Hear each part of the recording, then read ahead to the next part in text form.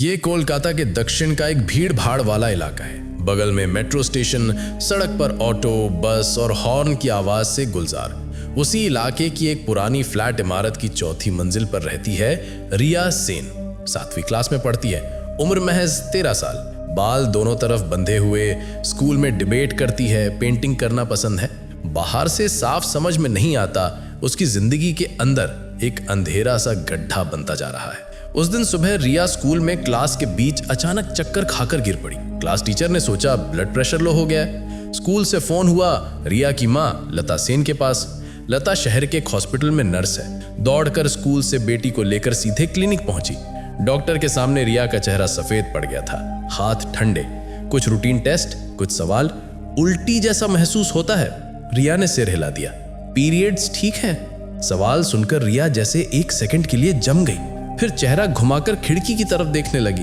जवाब की जगह बस फुसफुसा कर बोली, कभी कभी मिस हो जाते हैं। डॉक्टर ने लता को बाहर बैठने को कहा। कुछ देर बाद रिपोर्ट हाथ में लौट कर आए और बहुत धीरे पेशेवर अंदाज में बोले, मिसेस सेन, आपकी बेटी प्रेग्नेंट है, लगभग 12-13 हफ्ते की। पल भर में लता का गला सूख गया, आवाज नहीं निकली। क्या कह रहे हैं आप? उसकी उम्र तो 13 है। ये कैसे मुमकिन है? डॉक्टर की आंखों में सहानुभूति थी लेकिन आवाज में कठोरता। मैं जानता हूं सुनने में मुश्किल है, लेकिन मेडिकली रिपोर्ट बिल्कुल क्लियर है। आप पुलिस से सलाह लें, ये कोई सामान्य घटना नहीं है। कमरे के दरवाजे की झिर्री से रिया सब देख रही थी। उसकी आंखों में डर, शर्म और एक अजीब सी खालीपन। उसके अंदर जैसे कोई चीख रहा था लेकिन गले में आवाज अटक गई थी। घर लौटते रास्ते में लता ने एक शब्द भी नहीं बोला। फ्लैट में घुसते ही दरवाजे के पास बैठे उनके पति प्रताप सेन उठ खड़े हुए। प्रताप एक प्राइवेट बैंक में मैनेजर हैं, सुव्यवस्थित, सख्त, नियम कायदों में यकीन रखने वाले इंसान। क्या हुआ? डॉक्टर ने क्या कहा? लता लंबे समय तक बस ताकती रही, फिर बहुत हल्के से बोली, वो मां बनने वाली है। कमरे में 1 सेकंड भर को सन्नाटा छा गया। फिर प्रताप की आवाज में विस्फोट हुआ, तू क्या बक रही है लता? पागल तो नहीं हो गई? रिया गर्दन झुकाए खड़ी थी, उसके कंधे कांप रहे थे। प्रताप आंखें तरेर कर चीख उठे, कौन? किसने ये काम किया? किसके साथ? रिया, मुंह खोल! रिया का गला कांप गया लेकिन आवाज नहीं निकली। वो बस यही सोच रही थी, अगर मैं सच कह दूं तो क्या कोई यकीन करेगा? वो रात सेन परिवार के लिए सबसे लंबी रात थी। प्रताप पैदल चल रहे थे, सिर पर हाथ रखकर बैठ जा रहे थे, फिर उठ खड़े हो रहे थे। लता बिल्कुल चुप। उनका बड़ा बेटा निखिल कॉलेज की फाइनल ईयर में कॉलेज से लौटकर सुनकर किसी तरह यकीन नहीं कर पा रहा था। रात गहरी होने से पहले ही प्रताप ने फैसला सुना दिया, मैं कल सुबह थाने जाऊंगा, लेकिन उससे पहले मैं अपने ही घर से सच्चाई बाहर निकालूंगा। खाने की मेज पर सब बैठे थे, कोई खा नहीं रहा था। प्रताप ने आवाज धीमी की, लेकिन अंदर छुपी आग साफ झलक रही थी। रिया, मुझे एक नाम चाहिए। तो चुप रही तो तेरा ही नुकसान है। तेरी उम्र 13 साल है। जिसने ये किया वो अपराधी है। अगर हम चुप रहे तो तुझे ये बोझ लेकर जिंदगी भर जीना पड़ेगा। रिया चम्मच हाथ में लिए बैठी थी, लेकिन प्लेट के खाने पर हाथ नहीं डाल रही थी। उसकी आंखों के सामने बार बार एक चेहरा, एक कमरे की दीवार, एक धुंधली सी रोशनी तैर रही थी। उसने आंखें बंद कर ली। सिर के अंदर जैसे 2 आवाजें लड़ रही थी, बता दें, नहीं बताएं, कोई यकीन नहीं करेगा, करेगा। अचानक निखिल के मुंह से एक नाम निकल गया, पापा। उसके ट्यूशन सर विनीत सिंह पर मुझे शुरू से ही शक था। प्रताप ठिठक गया। क्यों? निखिल गंभीर होकर बोला, अक्सर देखा है सर, ट्यूशन करने के बाद भी बहाने बनाकर उसके रूम में रुक जाते हैं। एक दिन रात में मैं फ्रिज से पानी लेने निकला तो देखा दरवाजा अंदर से लॉक किया हुआ था, बाद में खुला। तब तो मैंने सोचा नहीं, लेकिन अब लता का चेहरा सफेद पड़ गया। उन्होंने याद करने की कोशिश की। सचमुच एक दिन विनीत ने उनसे कहा था कि रिया को मैं अलग से गाइड करूंगा, वो बहुत टैलेंटेड है। उन्होंने सोचा था अच्छी बात है। प्रताप ने बेटी की तरफ देखकर गरजते हुए पूछा, रिया बता, क्या विनीत ने तेरे साथ? रिया का जैसे दम घुटने लगा। विनीत का चेहरा उसके सामने नहीं उभरा किसी और का चेहरा, लेकिन उस चेहरे को उसने खुद ही अपने दिमाग से ठेल कर हटा दिया। उसके गले से कोई आवाज नहीं निकली, बस आंखों से आंसू गिरने लगे। प्रताप ने इसे स्वीकारोक्ति मान लिया। कल सुबह ही थाने जाऊंगा, पहला नाम होगा विनीत सिंह। रिया ने चुपचाप मन ही मन कहा, सर दोषी नहीं, लेकिन मैं किसी को असली नाम नहीं बता सकती। अगली सुबह ही प्रताप थाने पहुंच गया। मामला सब इंस्पेक्टर कबीर चैटर्जी के हाथ में आया। 35 साल का, कम बोलने वाला, आंखों से काम लेने वाला। एक समय क्राइम ब्रांच में था, बाद में ट्रांसफर होकर इस थाने आया है। बच्चों के साथ दुर्व्यवहार के केस उसने कई देखे हैं, लेकिन हर केस उसके लिए एक अलग लड़ाई होती है। कबीर ने पहले शांति से सब सुना, रिपोर्ट, डॉक्टर के कागजात, रिया की उम्र का सबूत सब सामने रखकर बोला, मिस्टर सेन, हमें पहले लड़की से अलग से बात करनी होगी। आपकी पत्नी कोई भी मौजूद नहीं रहेगा। उस पर दबाव बढ़ा तो वो और चुप हो जाएगी। प्रताप ने थोड़े आग्रह, थोड़े गुस्से से कहा, मेरी बेटी को कभी डंडे से बात नहीं करनी पड़ी, लेकिन जिसने भी ये किया मैं उसका अंत कर दूंगा। कबीर बस देखता रहा। इस तरह के वाक्य उसने कई पिताओं के मुंह से सुने थे। सभी पिता पहले टूटते हैं फिर आग बन जाते हैं, लेकिन उसने अपने दिमाग में एक बात नोट कर ली, ये पिताजी थोड़े ज्यादा ही नियंत्रित और आक्रामक हैं। बाद में देखेंगे। थाने के मजिरा कांस्टेबल के कमरे में रिया से कबीर की पहली मुलाकात हुई। उसकी आंखें लाल, नींद गायब, चेहरे पर एक तरह की शर्म से जमा हुआ पत्थर। कबीर ने आक्रामक हुए बिना बहुत नर्म आवाज में कहा, रिया, मैं कबीर हूं। मेरा काम है जो तुम्हारे साथ हुआ है उसके लिए जिम्मेदार इंसान को ढूंढना। तुम जितना बताओगी उतना ही लिखूंगा। कुछ नहीं बताओगी तो मैं गुस्सा नहीं करूंगा। रिया ने अपने हाथों को मजबूती से भींच लिया। कबीर ने घड़ी उतारकर मेज पर रखी, मोबाइल साइलेंट कर दिया, जैसे कहना चाहता हो कि उसका समय अब सिर्फ इस लड़की के लिए है। तुम किस पर भरोसा करती हो? कौन तुम्हारा बहुत करीबी था? रिया लंबे समय तक चुप रहकर बोली, मेरे ड्राइंग सर, और ट्यूशन सर विनीत सर, और भैया, मम्मी। कबीर ने बहुत धीरे से सवाल किया, तुम्हारे साथ जो हुआ क्या विनीत सर ने किया है? रिया ने आंखें बंद कर ली। अंदर से एक और चेहरा उभर रहा था। उसके शरीर पर एक जानी पहचानी खुशबू, सिगरेट और आफ्टर शेव का मिश्रण। उसने उस चेहरे को अपने सिर से झटक कर अलग कर दिया। नरम आवाज में बोली, मैं नहीं कहना चाहती। कबीर ने गौर किया। विनीत सर का नाम आते ही वो सीधे नहीं कह रही, बल्कि कहना नहीं चाहती कह रही है। ये दोष स्वीकार नहीं है, ये डर से आत्मरक्षा है। फिर भी कानून के मुताबिक शिकायत के आधार पर विनीत सिंह के खिलाफ FIR दर्ज हो गई। पॉक्सो धारा, बलात्कार का प्रयास नहीं, पूरा अपराध। उस शाम विनीत सिंह को थाने बुलाया गया।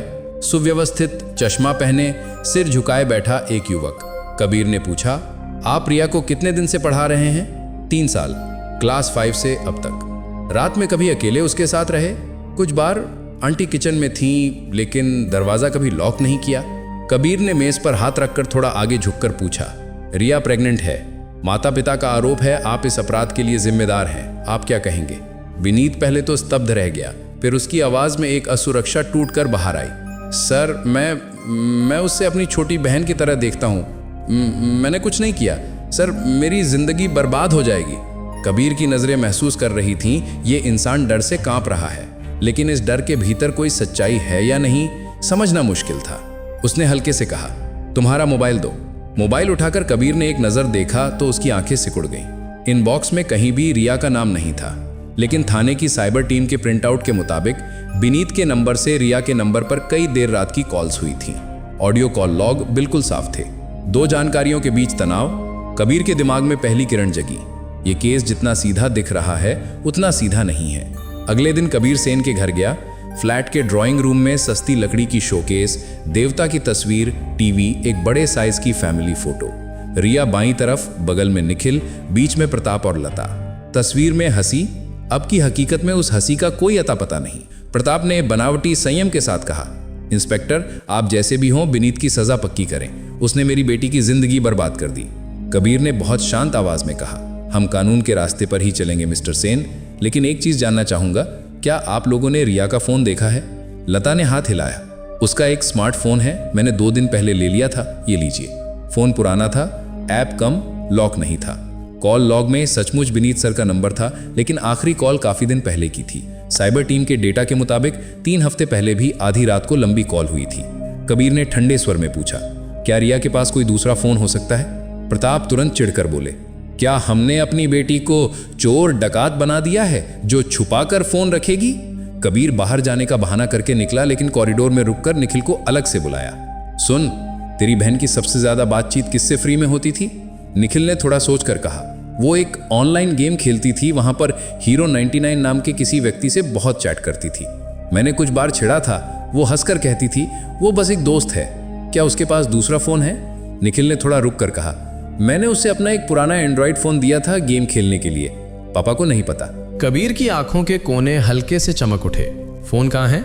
निखिल के कमरे से बिस्तर के नीचे एक लिपटे हुए कपड़े में वो फोन मिल गया।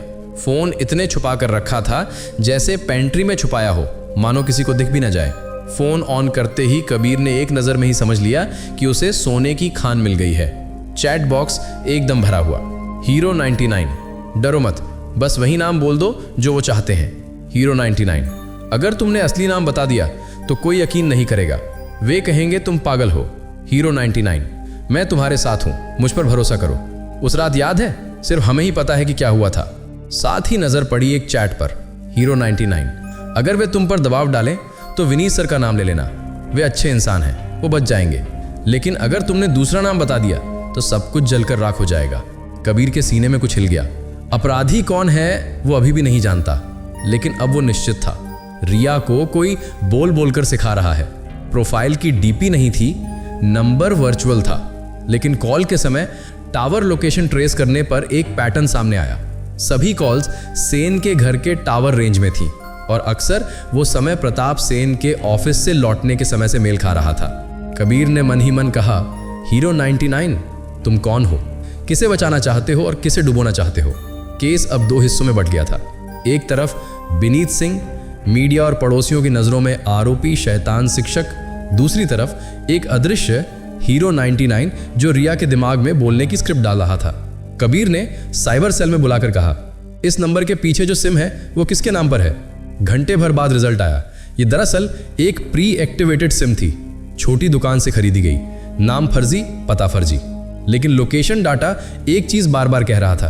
कॉल्स का ज्यादातर हिस्सा सेन के घर के अंदर से आया था। कबीर फिर से सेन के घर गया, लेकिन इस बार वो सिर्फ रिया से मिलना चाहता था। महिला कांस्टेबल मौजूद, दरवाजा हल्का खुला। रिया, हीरो 99 कौन है? रिया का दिल तेजी से धड़कने लगा। मैं नहीं जानती। क्या तुमने उसे कभी आमने सामने देखा है? रिया चुप। तेरे दिमाग में जो आवाज बोलती है, ये नाम बोलो, वो नाम बोलो, क्या वो हीरो 99 की ही आवाज है? रिया अचानक रोने लगी। मैं किसी को असली नाम नहीं बता सकती। उसने कहा है अगर बता दिया तो सब टूट जाएगा, सब मुझे ही दोष देंगे। कबीर ने बहुत धीरे से शब्दों को तौलते हुए कहा, तेरे शरीर पर जो खुशबू थी उस रात, तुम उस खुशबू में किसको पहचानती हो? सिगरेट, आफ्टर शेव, किसके शरीर पर? रिया ठठक गई। आंखों के सामने वो दृश्य वापस आ गया। मध्यम रोशनी, आधा खुला दरवाजा, सीने पर एक भारी शरीर, गले में दबी हुई आवाज में फुसफुसाहट, चीख मत, अगर तूने किसी को बता दिया तो मैं खुद को मार लूंगा। तेरी माँ, तेरा भाई मेरे सहारे जीते हैं, क्या तू उनसे उनके बाप को छीन लेगी? वे रोते रोते बोली, मुझे पापा का नाम बोलने में डर लग रहा है। गले के अंदर आवाज अटक गई। कबीर ठहर गया, सांस रुक सी गई। इस एक लाइन ने केस की हर चीज पलट दी। उसने धीरे से कहा, तेरे पिता प्रताप सेन? रिया ने सिर नहीं हिलाया, लेकिन उसके रोने, शरीर कांपने के अंदाज में जवाब साफ था। उसने कहा है, अगर मैंने बता दिया तो सब कहेंगे मैं पागल हूं, मैं गढ़ी हुई कहानी बना रही हूं। मेरी उम्र तो महज 13 साल है, कोई यकीन नहीं करेगा। कबीर ने गहरी सांस ली, मन ही मन सोचा, कोई सीधा रास्ता नहीं है। असली आरोपी हमेशा सामने होता है, लेकिन पहचान बदल कर। लेकिन सिर्फ एक बच्चे के रोते रोते कहे गए शब्दों से काम नहीं चलता था। उसे सबूत चाहिए थे। वो सबूत होने थे ठंडे, वैज्ञानिक, अकाट्य, DNA। कबीर ने डॉक्टर के साथ बैठकर योजना बनाई। कानून के नियमों का पालन करते हुए अदालत की अनुमति लेकर पैतृत्व परीक्षण के लिए जरूरी नमूने इकट्ठे किए जाएंगे। पहले आधिकारिक तौर पर विनीत सिंह के सैंपल लिए गए। प्रताप ने खुद ही कहा, मेरे भी ले लो, मैं सामने खड़ा हो सकता हूँ, मैं चाहता हूँ साबित हो कि मैं निर्दोष हूँ। कबीर ने मुंह से कुछ नहीं कहा, लेकिन अंदर हंसी का एक तीखा स्वर उभरा। दोषी इंसान कभी कभी सबूत की बात सबसे जोर से चिल्लाता है। कुछ दिनों बाद साइबर सेल और लैब की रिपोर्ट एक साथ आई। साइबर सेल की रिपोर्ट, हीरो 99 ने जो सिम इस्तेमाल की थी वो कुछ हफ्ते पहले एक छोटी मोबाइल दुकान से खरीदी गई थी। दुकान के CCTV फुटेज में देखा गया प्रताप सेन खुद वो सिम खरीद रहे हैं, दूसरा नाम बता रहे हैं, तेजी से दुकान से बाहर निकल रहे हैं। DNA रिपोर्ट, भ्रूण की जेनेटिक प्रोफाइल का विनीत सिंह की प्रोफाइल से कोई मेल नहीं है, लेकिन प्रताप सेन की प्रोफाइल से पूरा मेल है। रिपोर्ट में लिखा है पैतृत्व की संभावना 99.999%। रिपोर्ट देखकर कबीर ने एक पल के लिए आंखें बंद कर ली। वो जानता था आज जिधर जाएगा उधर एक परिवार का विनाश निश्चित है, लेकिन उस विनाश से पहले ही एक लड़की की जिंदगी पहले ही टूट चुकी थी। कबीर सेन के घर में घुसा, साथ में 2 कांस्टेबल। प्रताप थोड़ा हैरान, थोड़ा चिढ़कर बोला, फिर कुछ और जानना बाकी है? कबीर ने बहुत शांति से, मानो सामान्य बातचीत कर रहा हो, मिस्टर सेन, क्या मैं अंदर आ सकता हूँ? ड्राइंग रूम में सब बैठे थे। लता बहुत धकी हुई आंखों से देख रही थी। निखिल की आंखों में आग और शर्मिष्ठगी मिली हुई थी। रिया अपने कमरे के दरवाजे के पास खड़ी थी। कबीर ने फाइल खोलकर बहुत ठंडे स्वर में कहा, DNA रिपोर्ट आ गई है। प्रताप ने आवाज उठाकर कहा, हाँ मुझे पता था, वही विनीत ही। कबीर ने उसे रोकते हुए कहा, विनीत निर्दोष है। भ्रूण का जो DNA है वो उससे मेल नहीं खाता, मेल खाता है आपसे। कमरे के अंदर जैसे ऑक्सीजन कम हो गई। लता आगे बढ़कर कागज हाथ में लेकर पढ़ने की कोशिश करने लगी, लेकिन अक्षर सब धुंधले हो रहे थे। निखिल कांपती आवाज में बोला, क्या कह रहे हैं सर? कबीर ने एक एक शब्द साफ करके कहा, कानून के मुताबिक इस भ्रूण का जैविक पिता प्रताप सेन है, आपके पति।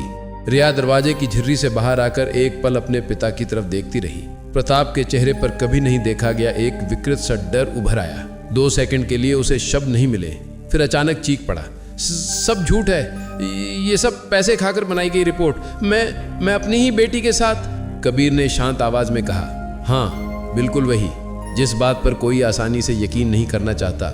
लेकिन तुम्हारा फोन हीरो 99 की सिम की लोकेशन से क्यों मैच कर रहा है? तुमने वो सिम खुद क्यों खरीदी थी? तुमने रिया को क्यों सिखाया था विनीत का नाम लेने के लिए? क्योंकि तुम असली नाम नहीं बताना चाहते थे। प्रताप जैसे दीवार से टकरा गया, आवाज भर आ गई। वो कुछ समझती नहीं थी। मैं उस वक्त बहुत टूट गया था, बैंक की नौकरी को लेकर, प्रेशर, मैंने शराब पी थी, एक रात गलती। कबीर ने सख्त आवाज में काटते हुए कहा, तेरी एक रात की गलती ने 13 साल की एक जिंदगी का सारा भविष्य तबाह कर दिया है। कांस्टेबल आगे बढ़े और प्रताप के हाथ में हथकड़ी लगा दी। लता घुटनों के बल टूटकर जमीन पर बैठ गई। मुंह से सिर्फ एक ही वाक्य निकला, तू ये कर सकता था प्रताप, अपनी ही बेटी के साथ। रिया रो नहीं रही थी, उसकी आंखें बिल्कुल सूखी थीं। अपने दिमाग के अंदर वो बस यही सोच रही थी, आज सच सामने आ गया। फिर भी क्या मेरी जिंदगी की रात खत्म हुई? मामला हाई प्रोफाइल हो गया। अखबारों में बड़ी बड़ी हेडलाइंस, बैंक मैनेजर पिता के हाथों 13 साल की बेटी की जिंदगी बर्बाद। मीडिया ने जिस ट्यूशन सर को पहले परेशान किया था, अब उसकी बेगुनाही की खबर छोटे अक्षरों में छापी। विनीत सिंह बरी हो गए, लेकिन उनका करियर, इज्जत, सब कुछ एक दाग लेकर आगे बढ़ेगा।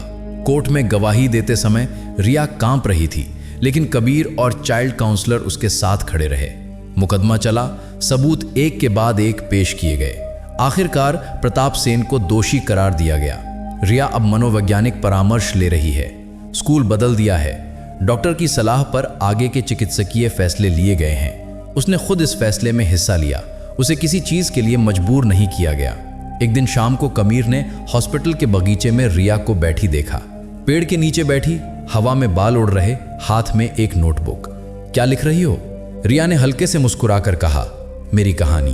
13 साल की लड़की गर्भवती हो जाती है, ये काम किसने किया? जानकर आप हैरान रह जाएंगे। इस टाइटल के साथ। कबीर ठिठक गया, तुम अपनी खुद की कहानी लिख रही हो? हाँ, क्योंकि अगर मैंने नहीं लिखी तो दूसरे बस शीर्षक लिखेंगे, मेरा दर्द कोई नहीं समझेगा। कबीर उठ खड़ा हुआ। उसे लगा इस लड़की ने सब कुछ खो दिया, लेकिन एक चीज वापस पा ली है, अपनी आवाज। उसने मन ही मन चुपचाप कहा, दोषी सिर्फ प्रताप नहीं है, दोषी वो खामोशी भी है जिसने इतने दिनों तक रिया को चुप कराए रखा। अगर आप इस तरह की कहानियां सुनना चाहते हैं तो हमारे साथ बने रहिए, जल्द ही मिलेंगे।